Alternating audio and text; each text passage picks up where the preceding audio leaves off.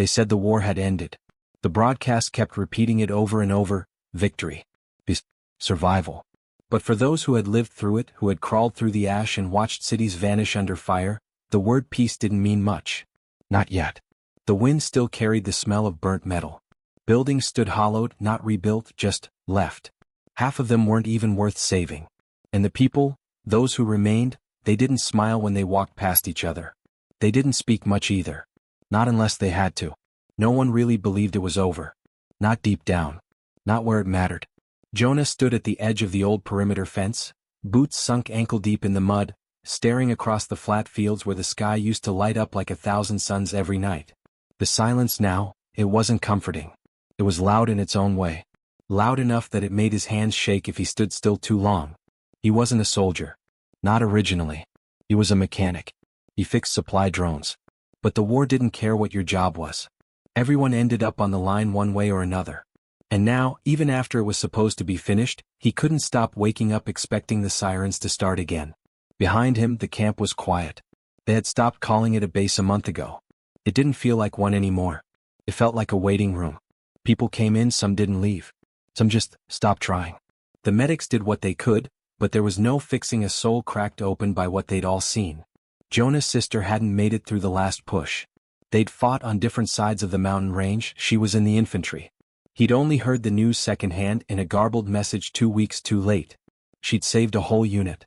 Held the ridge by herself for over 6 hours before the orbital strike hit. There was nothing left to bury. He didn't cry much. Not because he didn't feel it, but because crying felt like admitting it happened. And once you let that in, the rest came flooding with it. Faces, sounds, fire, everything they said would fade in time. But they didn't tell you how loud memory could be. He turned his back on the fence and walked toward the mess tent. The food wasn't warm anymore. But it was food. That was more than they'd had a year ago. Back then, ration drops missed their mark half the time. And people were dying from hunger faster than they were from plasma fire. Now there were warehouses filled with crates no one was even opening. Because there was no one left to eat most of it. The others in the tent barely glanced up. He sat across from a woman with short hair and a deep scar running from her jaw to her collarbone. She had the eyes of someone who'd stopped waiting for the world to make sense. She nodded once. "You sleep at all?" she asked quietly. "No," Jonah said. "You?" She scoffed. "Not since the ceasefire." That word again. Ceasefire. It didn't feel like a promise. It felt like someone holding their breath. They ate in silence. The air inside the tent was heavy with the unspoken. After a while, Jonah stood again. He needed to move. Needed to check the comms. Not because he expected a message, but because routine was the only thing keeping him from unraveling. On his way across camp, he passed the graves. There were too many to mark individually. Just rows and rows of scorched earth with simple stakes. Some didn't even have those. The markers were supposed to be temporary, but no one had the strength to build something permanent. Not yet. Jonah reached the comms tent and ducked inside. The lights flickered once, then steadied. He powered up the console, the hum of it familiar in a way that almost felt safe. The signal booster hadn't picked up anything new in days. Not since the blackout zones went quiet. But today the screen blinked. One message. Encrypted. Priority red. He stared at it.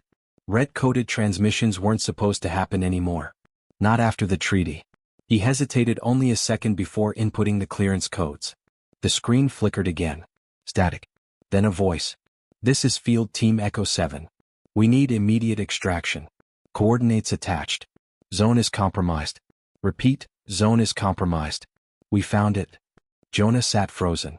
That voice, it didn't sound like a soldier. It sounded like someone trying to stay calm through pure terror.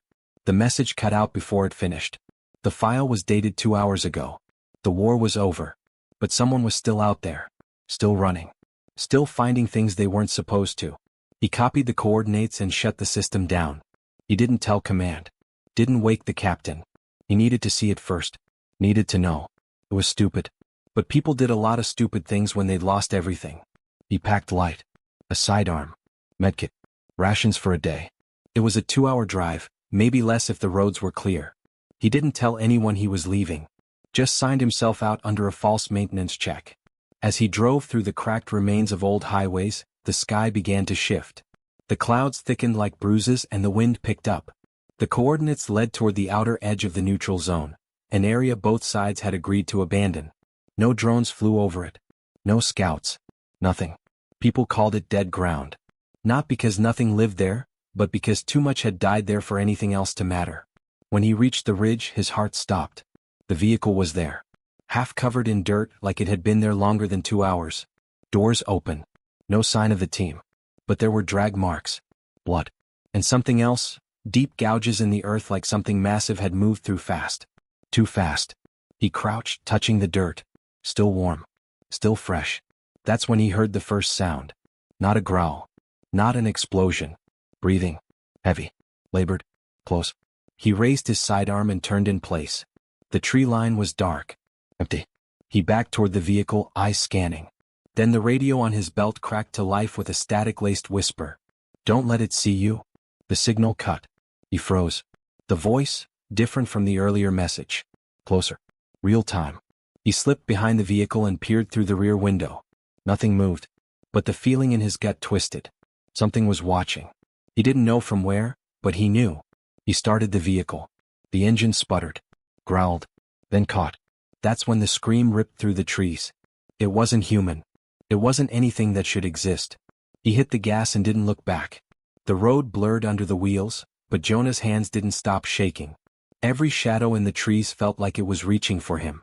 Every gust of wind sounded like a whisper in a language no one had taught him to fear, but somehow he did.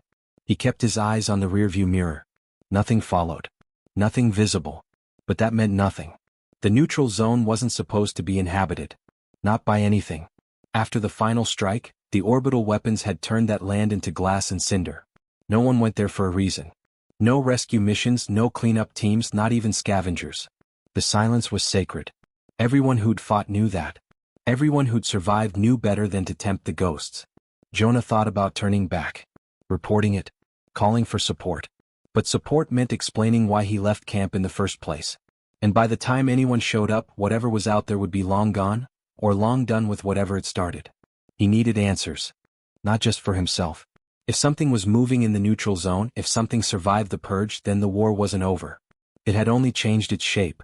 He reached a service tunnel by nightfall.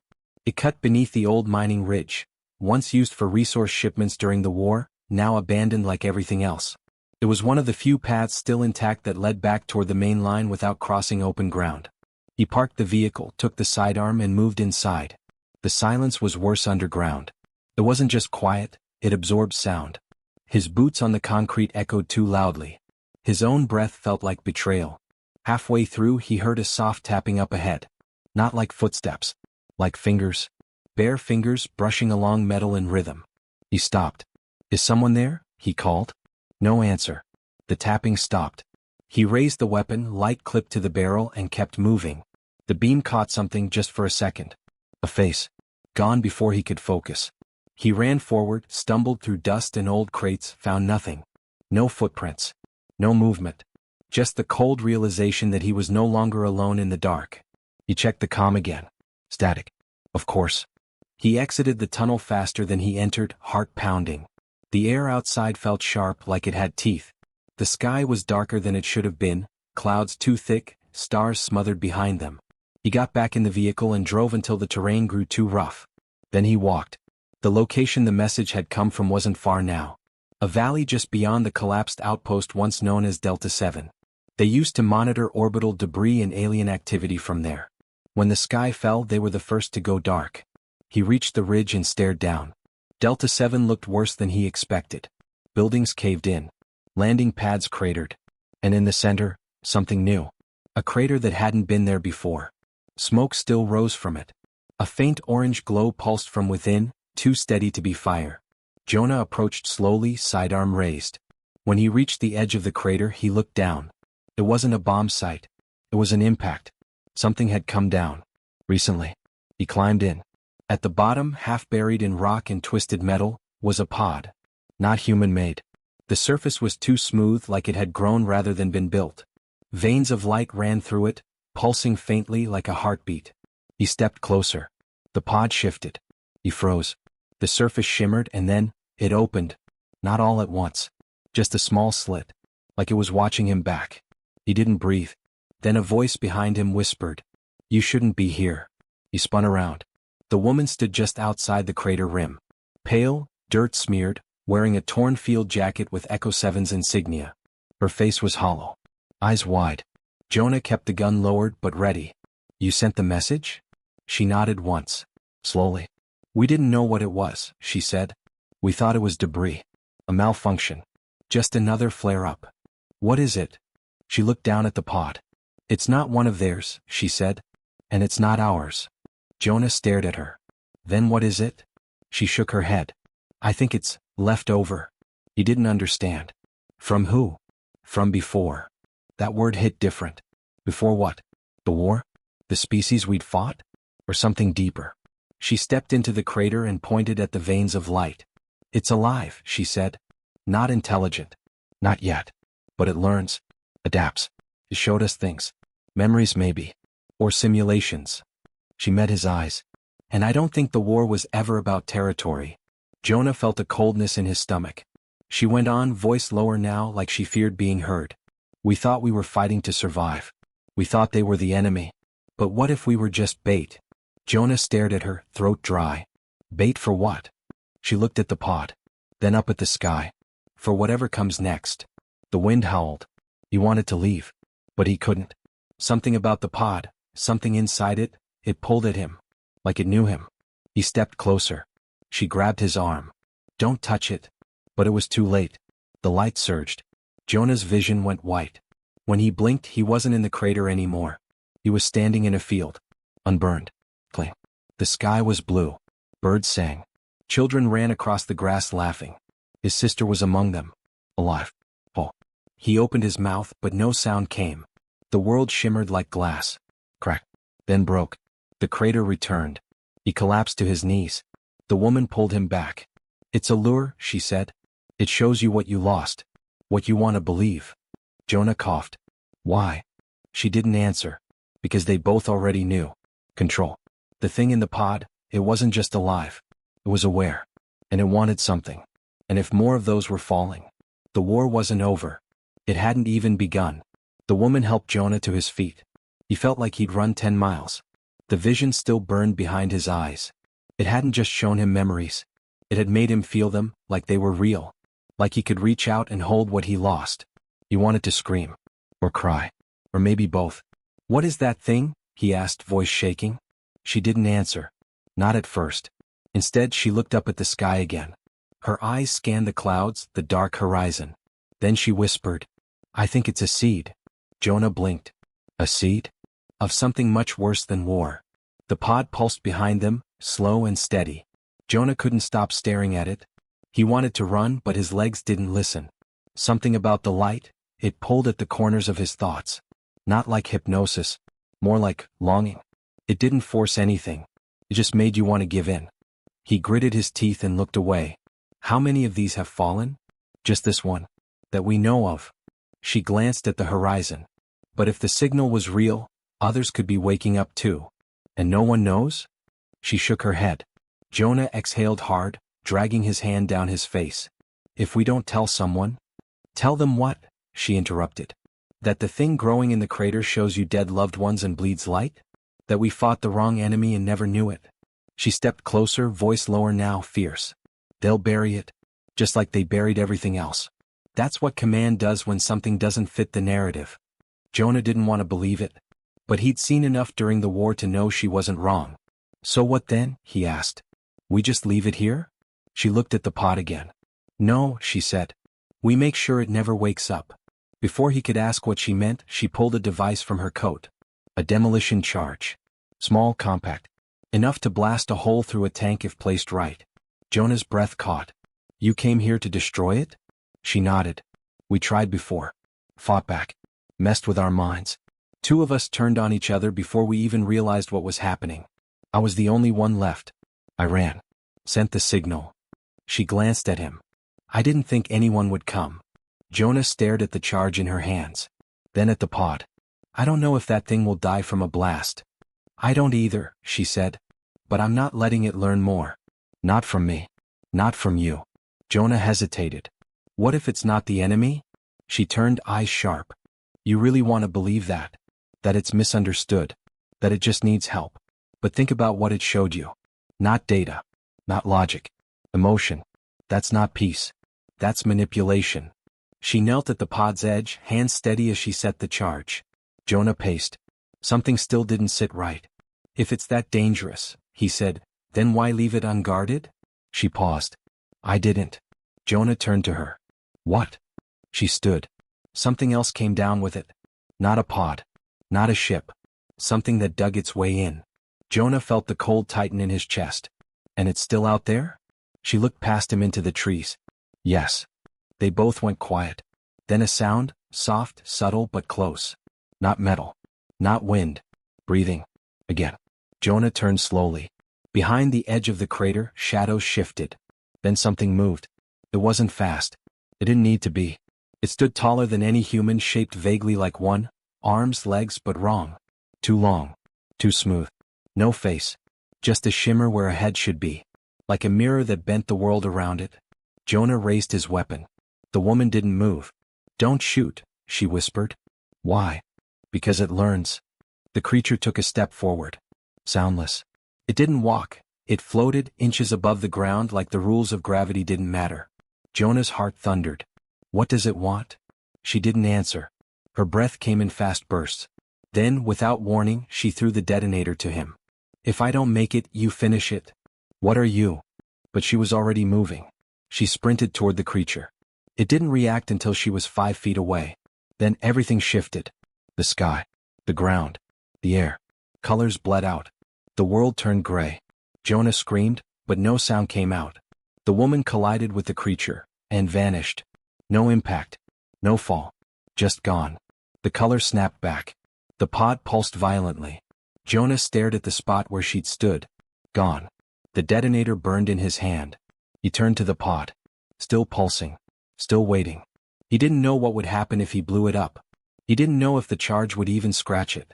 But he knew what would happen if he didn't. He dropped into the crater, slid to the base, placed the detonator where she had set the charge. The light inside the pod brightened. New. Sorry, he muttered. I already lost one sister. I'm not letting you take another. He pressed the button. Nothing. His heart skipped. Then, a sound. Not an explosion. A scream. A high-pitched psychic shriek that split his skull from the inside. He dropped to the ground, clutching his head. The pod writhed. Not broke. Not shattered. Just shifted. Its surface cracked, not like glass but like skin. And something inside began to move. Jonah crawled back, hands still clutching the useless detonator. The pod split open. And a shape stepped out. Small. Human-sized. But not human. Its eyes opened, black, endless. And it smiled. Jonah stumbled to his feet. It didn't chase him. Didn't speak. Just watched. As he ran. Back at camp, no one believed him. The pod was gone. So was the crater. So was the wreck. Satellite feed showed nothing. No evidence. No signal. Just blank terrain. Jonah sat in the dark, arms around his knees, staring at the floor. He knew what he saw. He knew what it meant. And he knew it wasn't over. Not the war. Not the silence. Not the monsters we thought we defeated. They were just waiting. And now, they weren't waiting anymore. Jonah stopped reporting. After what happened, he knew better. The second you mentioned anything about visions, or entities, or living tech, someone from Oversight showed up and made everything disappear. That's what happened to Echo 7. No bodies. No logs. Just scrubbed files and silence. So Jonah played dumb. Said he chased a signal, found nothing, came back. They docked him for leaving perimeter without clearance. But they didn't ask too many questions. That's what scared him most. They already knew. He couldn't sleep. Not like before. Every time he closed his eyes, he saw that thing stepping from the pod. That smile, not made of skin or warmth, but calculation. Something that had watched humans long enough to mimic emotion, not feel it. He started drinking again. Not a lot. Just enough to dull the edge. Some nights it helped. Other nights it made the memories louder. Brighter. Clear. He tried drawing it once. The face. The eyes. But it never came out right. Paper couldn't carry that kind of wrongness. 2 weeks passed. Then a message came. Not official. Not even military. It showed up on a dead channel. One they hadn't used since the second year of the war. A code buried in static. Jonah almost missed it. But something in the pitch, it felt familiar. He cleaned up, pulled on his jacket and drove. Didn't tell anyone. Didn't say goodbye. He ended up 3 sectors north, near the old border zones. Places once filled with screaming and fire. Now just rot and ghosts. The coordinates led to a silo. It had collapsed years ago, supposedly. Jonah climbed through twisted rebar and steel bones until he found the hatch. Still intact. Still powered. He hesitated before pressing the panel. Just long enough to wonder if this was a trap. He pressed it anyway. The door opened. Stale air rolled out, thick and metallic. Below, lights flickered to life. Not flickering like old bulbs, flickering like something else was in control. He stepped in. The door sealed behind him. The elevator descended without a sound. 20 meters down, it stopped. Jonah stepped out into a room lined with glass. Monitors. Old war maps. Red pins still stabbed into continents that no longer existed. And in the middle, 2 people. One was a woman with silver-streaked hair, scars across her temple, and tired eyes that had seen too much. The other was a man in a black coat. Hands gloved. Face unreadable. Neither smiled. "You came," the woman said. "You sent the signal?" Jonah asked. She nodded. "We heard what you saw. I didn't tell anyone." "Not officially," the man said. "But people talk. Even in whispers." Jonah looked between them.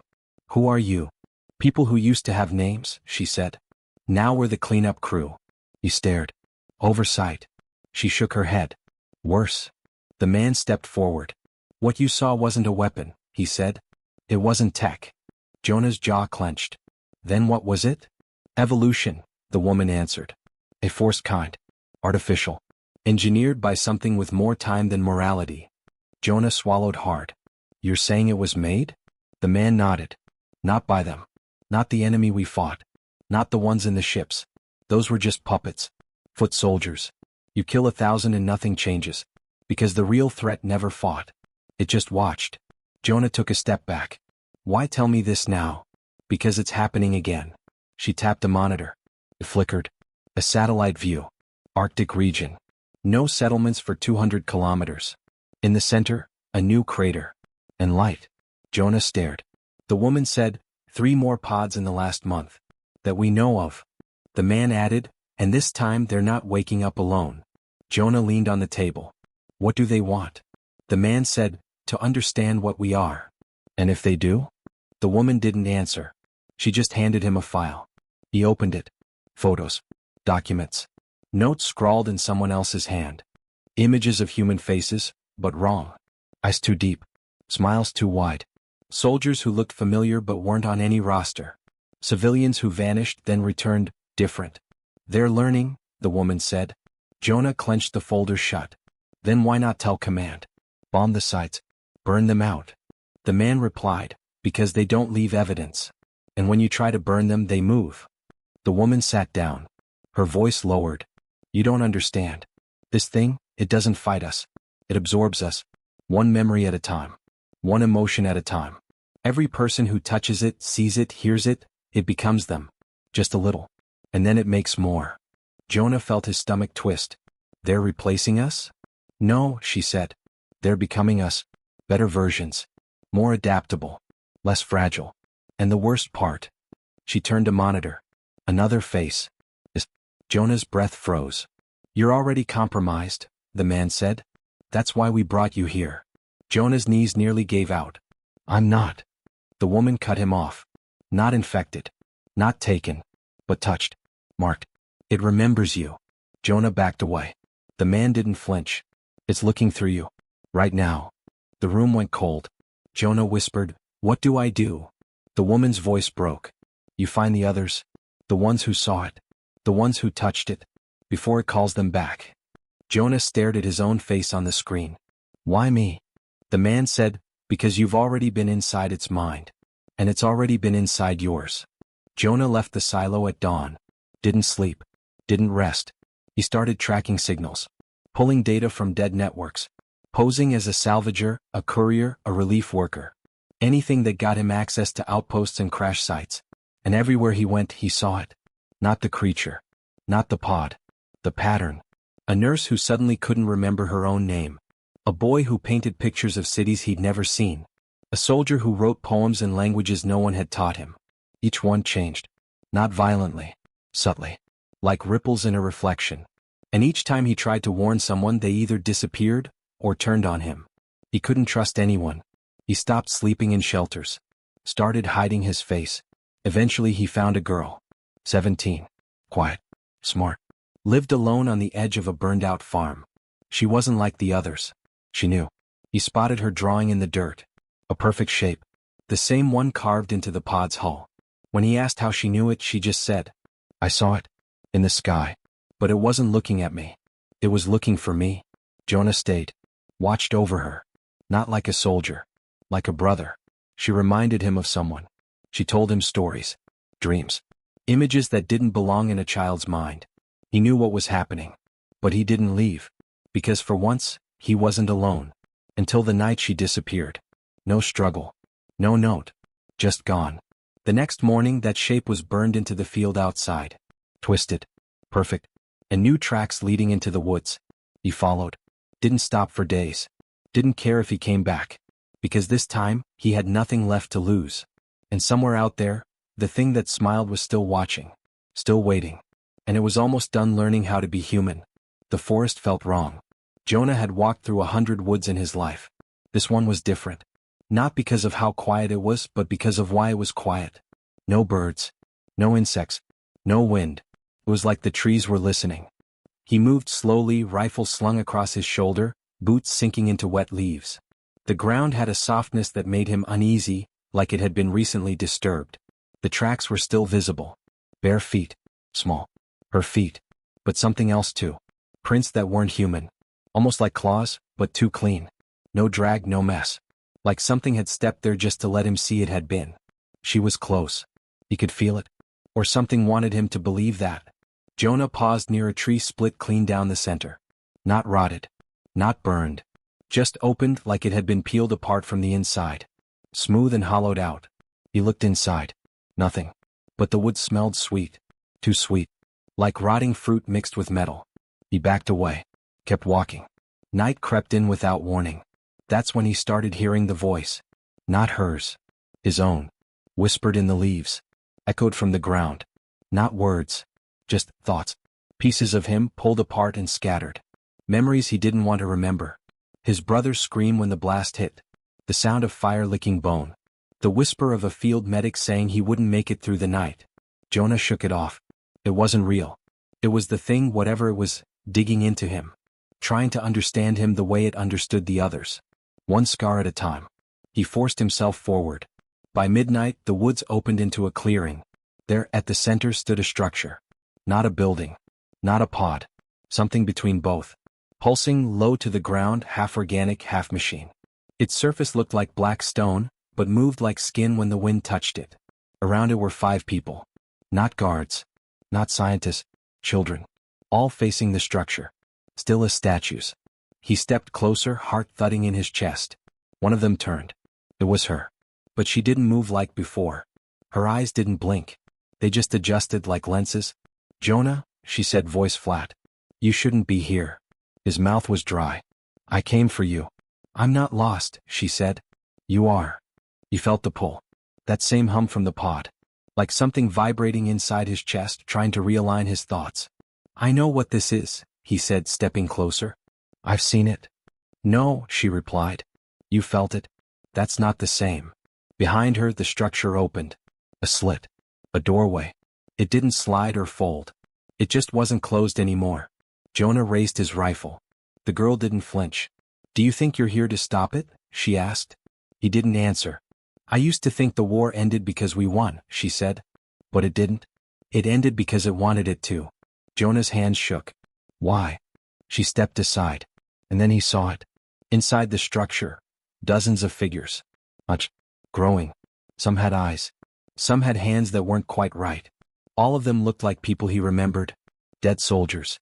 Civilians. Friends. He was copying them. Perfectly. But they didn't move like humans. They twitched. Twisted. Like they were figuring out how to wear a face. Jonah turned to run. But someone stood behind him. Not the girl. Him. His own face. But wrong. The copy blinked. "Where will you go?" it asked. "They won't believe you. You barely believe yourself." Jonah aimed his rifle at it. It didn't move. Just smiled. "You're afraid," it said. But not of us. You're afraid we're better. He fired. What? The sound echoed through the trees. The figure stumbled. Fall. But when Jonah looked again, it was gone. So was the girl. So were the others. Only the doorway remained. And a single sound, quiet and endless. Breathing.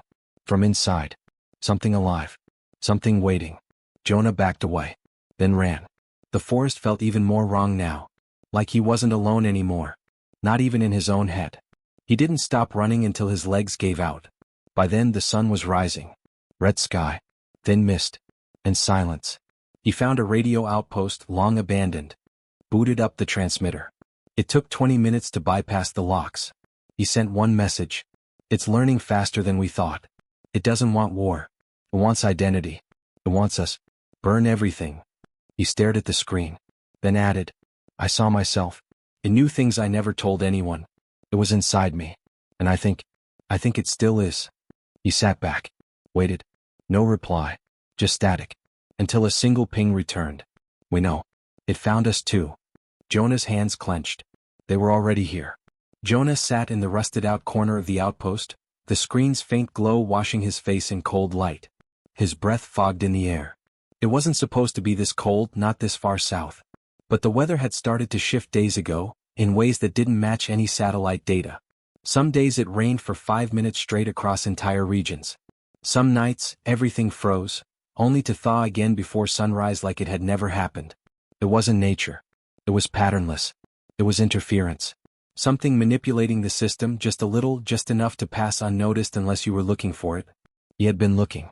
That one ping on the comms, we know. It found us too.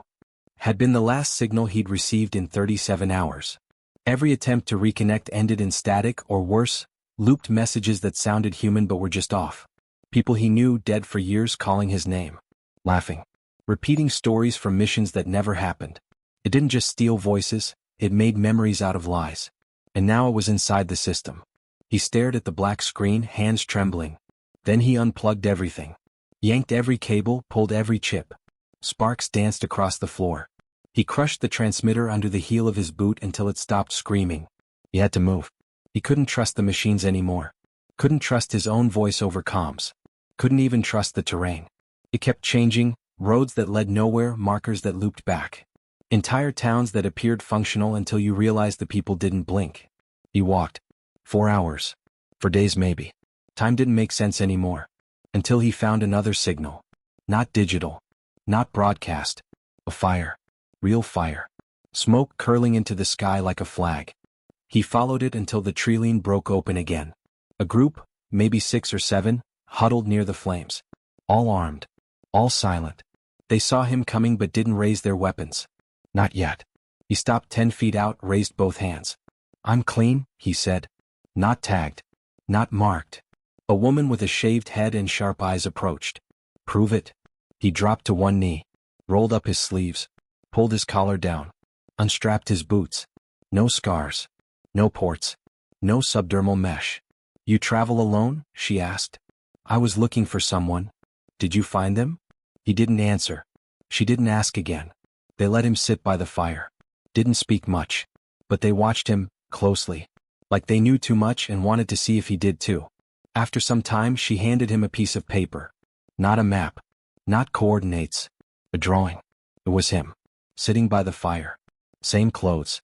Same tired eyes. But in the drawing his face was split. One half human, the other, something else. He almost dropped it. Where did you get this? She didn't blink. A child drew it. 2 weeks ago. Said she saw you in her sleep. That's not possible. She described your scars. The sound of your boots. Even your voice. Jonah's skin crawled. Where is she now? The woman's face hardened. Gone. Disappeared the night after she drew this. He looked down at the sketch again. The background behind him wasn't the forest.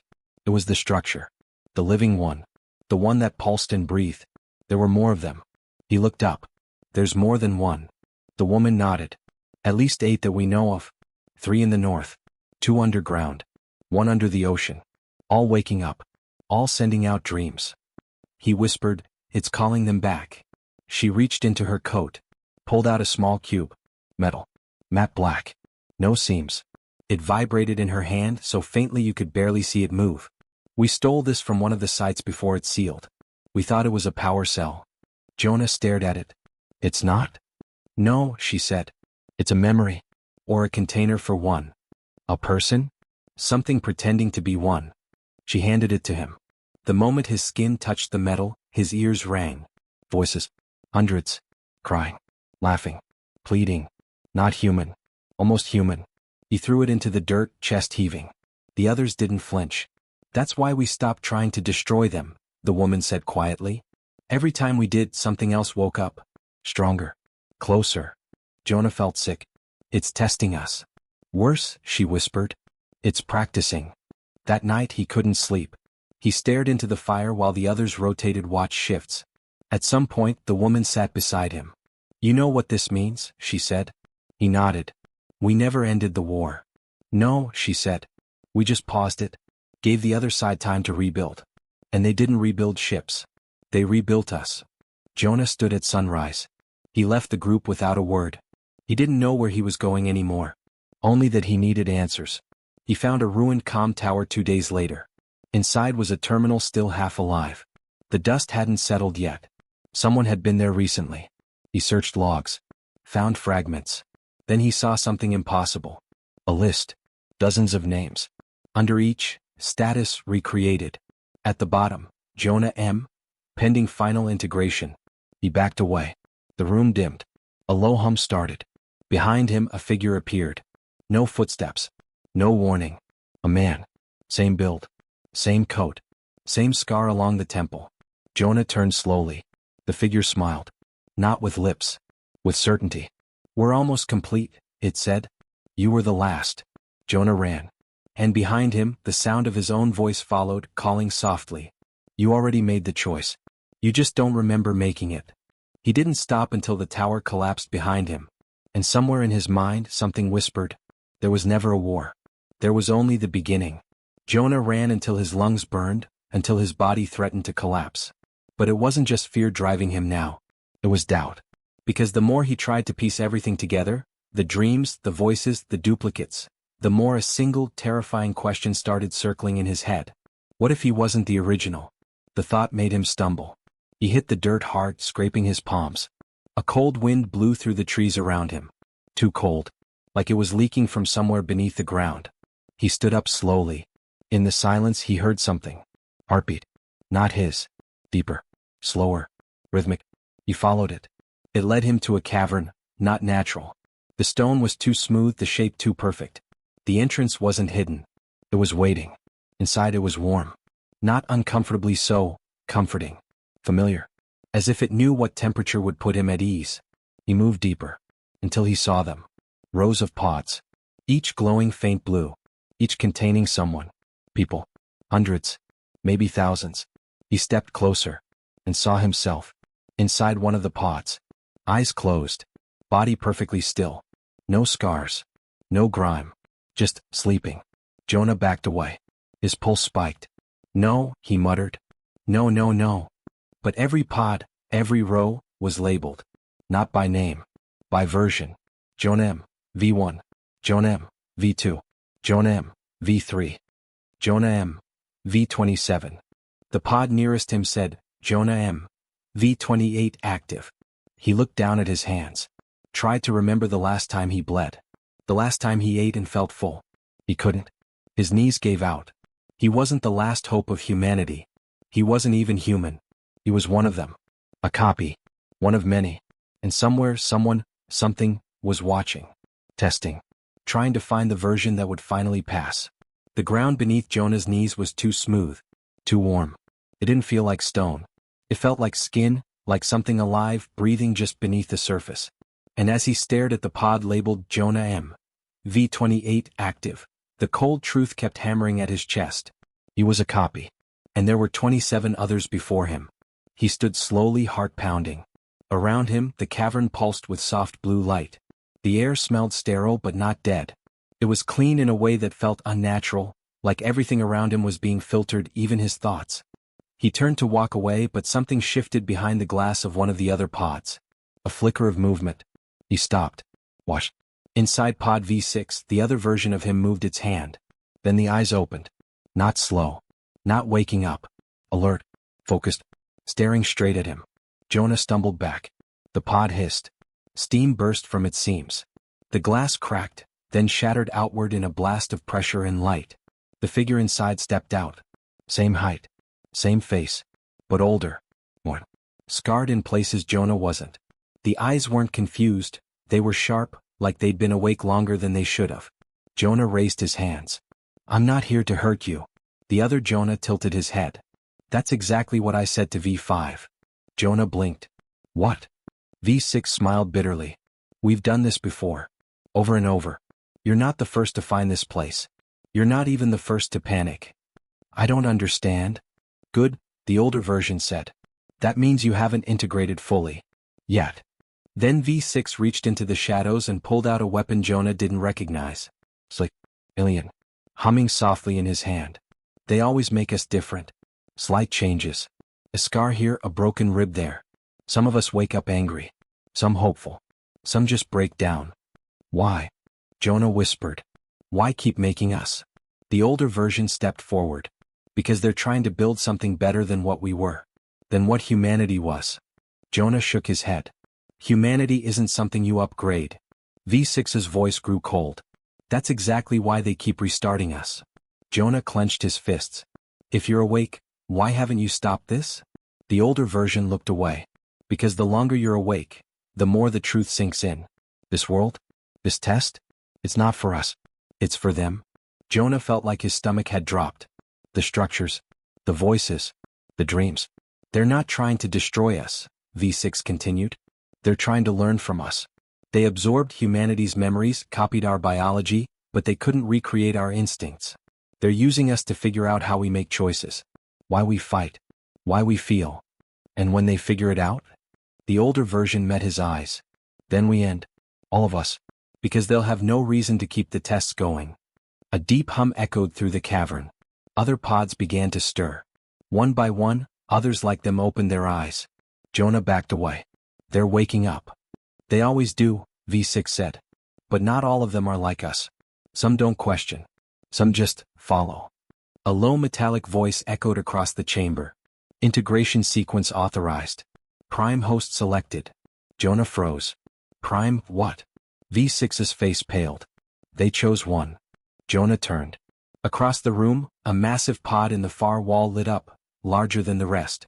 Inside was a figure unlike the others. Still human in shape, but wrapped in something else. A fusion of skin and metal and memory. The final version. The perfect hybrid. It opened its eyes. And they were all Jonah's.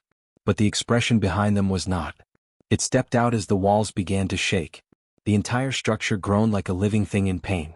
Lights flickered. The air trembled. Jonah turned to V6. We have to stop it. V6 looked down at the weapon in his hand. Then at the others waking up around them. We can try. But we'll need all of us. Jonah grabbed a shard of broken glass from the pod floor. It wasn't much. But it was something. Then the hybrid looked directly at him and spoke. You are not the first. You are not the last. You are the bridge we needed. Jonah lunged. The others followed. It wasn't a battle of weapons. It was a war of wills. Instinct against programming. Humanity against imitation. The hybrid moved like nothing they'd ever seen. It didn't hesitate. It didn't feel. Calculated. Jonah fought with everything he had. The hybrid threw V6 across the chamber. Crushed another version's chest like paper. Jonah dodged, ducked, swung. He cut into the hybrid's neck, just enough to make it bleed. And it bled red. It screamed. Not mechanical. Not synthetic. Human. Jonah froze. It wasn't a copy. It wasn't a machine. It was real. The hybrid looked at him, eyes wide with something that wasn't anger. It was fear. Then it whispered, You're not the copy. Jonah's knees buckled. What? You're the original, the hybrid said. You were the seed. The template. The chaos they couldn't control. You weren't supposed to wake up. Jonah's mind reeled. That's not possible. They built us from you. They built me from you. And then, in a voice that cracked with something human, something broken. I didn't want this. Jonah stared. Then drove the glass into its chest. The hybrid collapsed, reaching for him, not in rage but in sorrow. Behind him, alarms blared. The cavern walls began to melt, revealing sky, open, real, filled with sunlight. The other versions stood around him, quiet. Stunned. V6 staggered up, coughing. What now? Jonah looked at the sky, then down at his hands. I think we're free. But as they climbed out, stepping into the light for the first time, something shifted in the distance. Another structure. Another signal. And a whisper in his mind. This was only phase 1. The real test begins now. The sky didn't look like Jonah remembered. It was softer, clearer, and impossibly blue. He stood just outside the ruins of the underground chamber, the others surrounding him in silence. Grass bent gently beneath their feet, untouched for what felt like decades, maybe longer. The wind carried no warnings, only the hum of something far away, something vast and unknown. He had always imagined freedom would feel heavier, that maybe it would come with guilt or confusion or some wave of grief. But all he felt was quiet. The hybrid was gone. And he was still standing. They walked for hours before they found the edge of the facility.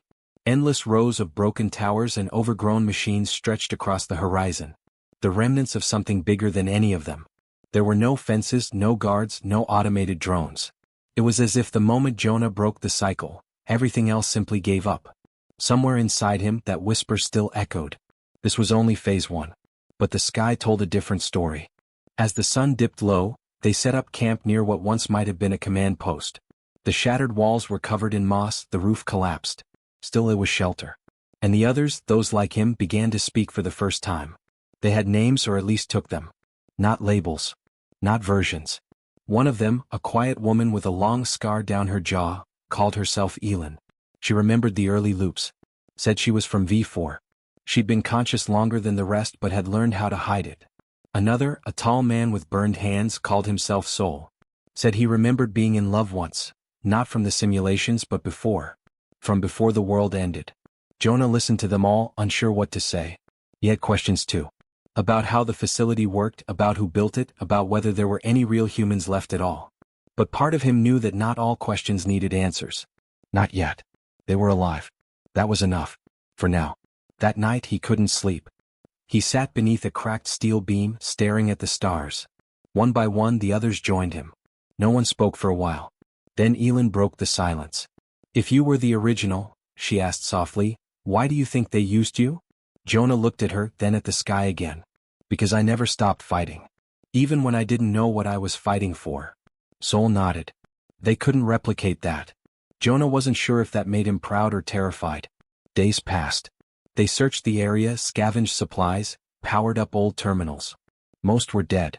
Fried. Erased. But some flickered. They found logs, records of observations. Thousands of them. The copies had been monitored, every movement documented. Some versions had destroyed themselves. Others had killed. A few had just curled up and waited to be shut off. Jonah had made it further than all of them.